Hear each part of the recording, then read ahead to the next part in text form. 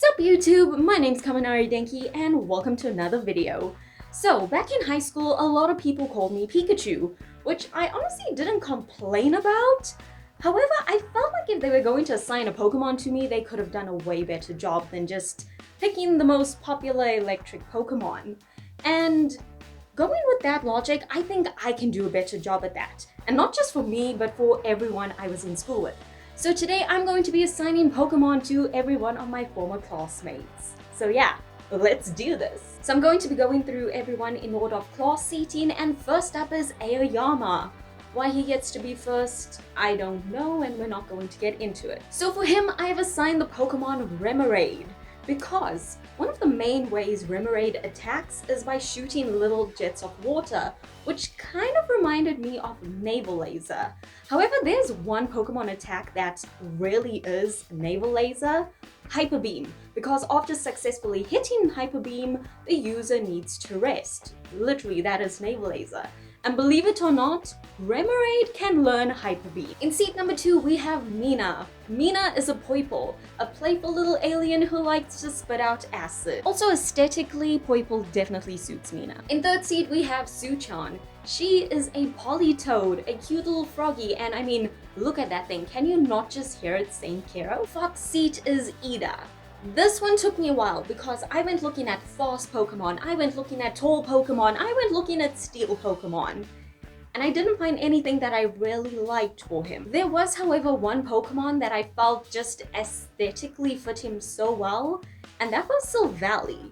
And Silvally does have a steel form, so it kind of goes with what I wanted for him. In seat number 5, we have Uraraka, who is very clearly a Jigglypuff. I mean, cute, round, pink. Literally, this thing is called a balloon Pokemon, so it can just float away.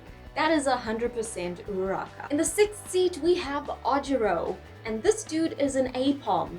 And yes, my entire logic behind this is the tail. Seat number 7 belonged to me, and I am not a Pikachu, I am a Jolteon, a spiky-haired electric type.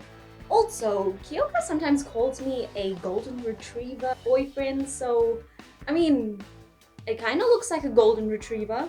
It's a doggo. Seat number 8 is Kirishima, and he is of course a Buzzwole. It is a manly red Pokemon who had a flex off when it showed up in the anime. Like, that is Kirishima. There is no question about it. In seat number 9, we have Koda, who is just the sweetest and most purest soul you will ever meet in your entire life.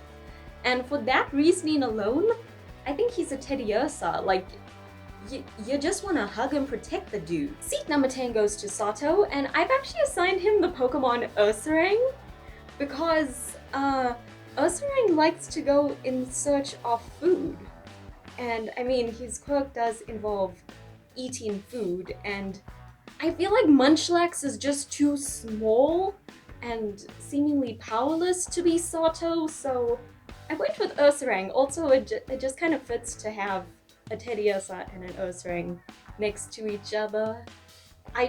I just like that for him, okay? Seat number 11 is Shoji, who is very obviously a Machamp. I don't need to explain this. Seat number 12 belonged to Kyoka, and while I really want to say that she is a shiny Umbreon because number 1, she looks adorable in her hoodie, and number 2, if she's an Umbreon and I'm a Jolteon, it's just a cute little evolution couple. There's actually a Pokemon that fits her way better. I think that Kyoka is a Spectria. It's a majestic black and purple horse that prefers to be left alone for the most part. Seat number 13 is my bro Zero, who is an Ariados. I was also thinking Spinarak because Spinarak seems more aesthetically suited towards him, but I think on a temperament level, Ariados is better. So my main reasoning behind this is not just because it's a spider, actually kind of. Both Pokemon's signature attack is Sticky Web, I think it's called. Either way, it means that it encases its prey in a little sack, which is basically what Sarah did to Mineta all of first year. In seat number 14, we have Tokoyami. So for him, I've assigned the Pokemon Corviknight. I mean, it's a dog-looking bird. I don't think I need to explain much. But also, we cannot talk about Tokoyami without also talking about Dark Shadow. And for him, I wanted to say Murkrow, but I think Dark Shadow is a haunter, because one of the main things about haunter is that it doesn't really like the light and kind of goes feral in the dark in a bad kind of way if it's in a bad mood. So yeah, that's Dark Shadow. In seat number 15 we have Shoto, and while he is just the perfect combination of the Kanto and Alolan Vulpix, I am assigning him Cubone because trauma. Seat number 16 is Hagakure. So for her, I've assigned the Pokemon Delcatty because it's cute, it's friendly, and it's playful. Initially I wanted to say Snubble, but apparently not a lot of people think Snubble is cute, so I didn't want to offend her, so that's why I went with Delcatty. In seat number 17 we had Kachan. He is a Primeape, fluffy blonde hair, but one heck of a temperament, and you do not look either in the eye. Unless you feel like dying that day. Just don't do it. Also, never interrupt either of them when they're having a nap. For seat number 18, we have Midoriya.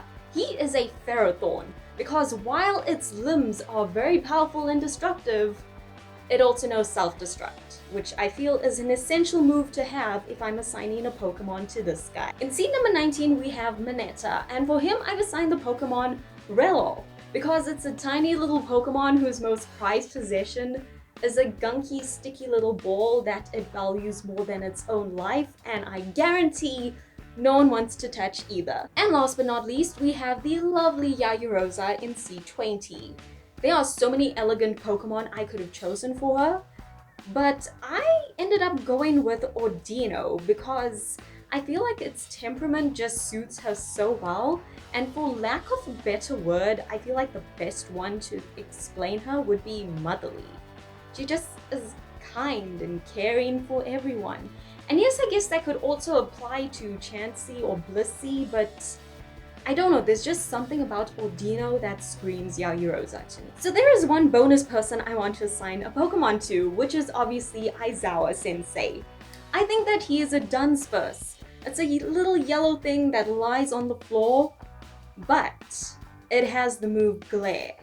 And once you are glared at by either, you are paralyzed. Also, on a funnier note, if Dunsparce is approached, it'll kind of burrow and hide away, which kind of reminds me what Aizawa Sensei does when the press try to talk to him. So yeah, that is how I assign Pokemon to myself, my former classmates, and my teacher.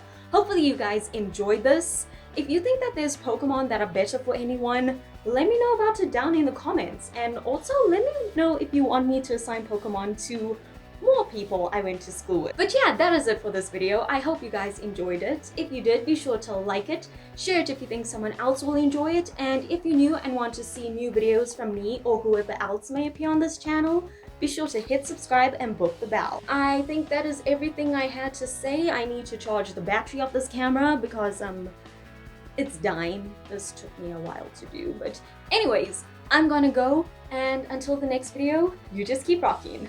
Bye!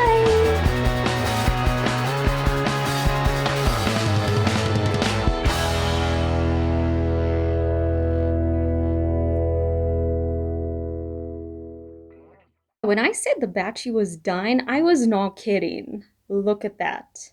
I just made it.